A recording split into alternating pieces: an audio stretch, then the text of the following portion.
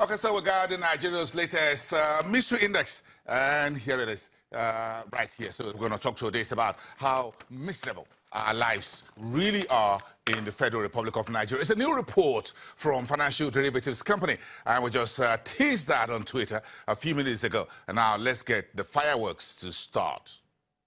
Not with the petrol subsidy and the lack of adequate electricity and the latest inflation numbers, as well as the level of unemployment, the millions and millions of Nigerians out of jobs. Damilare is joining us from Financial Derivatives Company. She's one of the economists and research analysts to break this down for us and put everything in context. Good morning. It's good to have you, Damilare.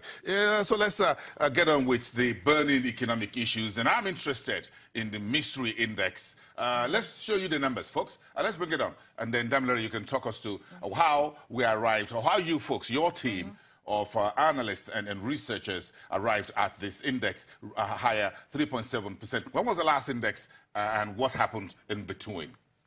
So we compared this to Q4 2016, and there was 53.92, and then unemployment was 14.2, and also inflation was much higher than it is now. So what we've seen, a measure index is basically a measurement of the well-being of the average citizen. And so we're looking at income, two things about the income, how much their income can buy. So that's looking at the prices, so inflation, and then also the sources of income. So the ease of getting jobs, and as well as the quality of work. And so we look at the unemployment figures plus the underemployment plus the inflation to arrive at the measure index. Okay, so it's very simple. It is about how much I earn, and the value of what I earn, how much it can buy. Yeah.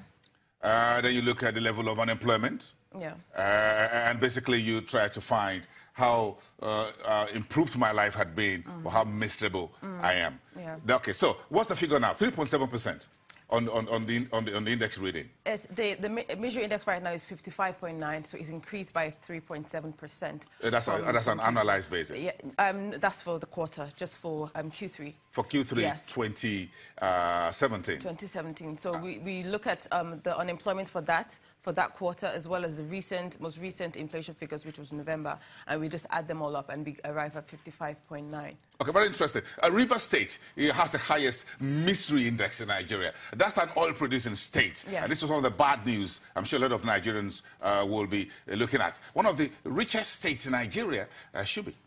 Well, primarily because, as you said, it's their main sources of the main industry is the oil industry, and so the oil industry is a capital-intensive industry, doesn't employ as much people as, for example, agriculture. And so, although there may be increased production, because people are not involved in this, is not human capital intensive, it doesn't really have an impact on the unemployment figures. On the ordinary people, yes, in on the River ordinary State. people. So it's really just jobless growth for. Oh, very interesting. I'm looking at it the first there. If you folks can see that at home, that's the worst. You see the orange box to the left side of your TV screen. That's River State there. Inflation in River State is 18.01%, and the mystery index almost 80%. And that's that's one of the worst. Jigawa State is number 2, and Kaduna State is the number 3 on that ranking. But let's go to the best.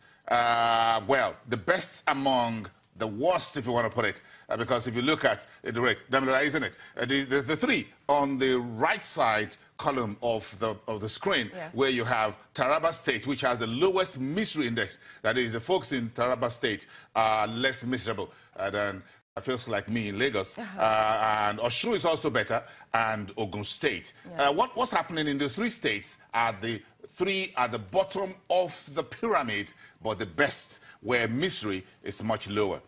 So looking at Taraba, for example, Taraba, the agriculture industry is much more prominent in Taraba, but also looking at Osun State, even despite the fact that there has been some delays in payment of salaries, what we found is, in a perverse way, there has been some advantages of this, because the Labour have now shifted from focusing on the government for sources of income. Service job. Yeah, and so looking to create alternative sources of income for themselves, looking to entrepreneur and trading, and just starting to... So because Osun State is not paying salaries. Yes. Has not paid salaries for quite some time, and there were a bit of workers down tool yesterday. That's in the news this morning.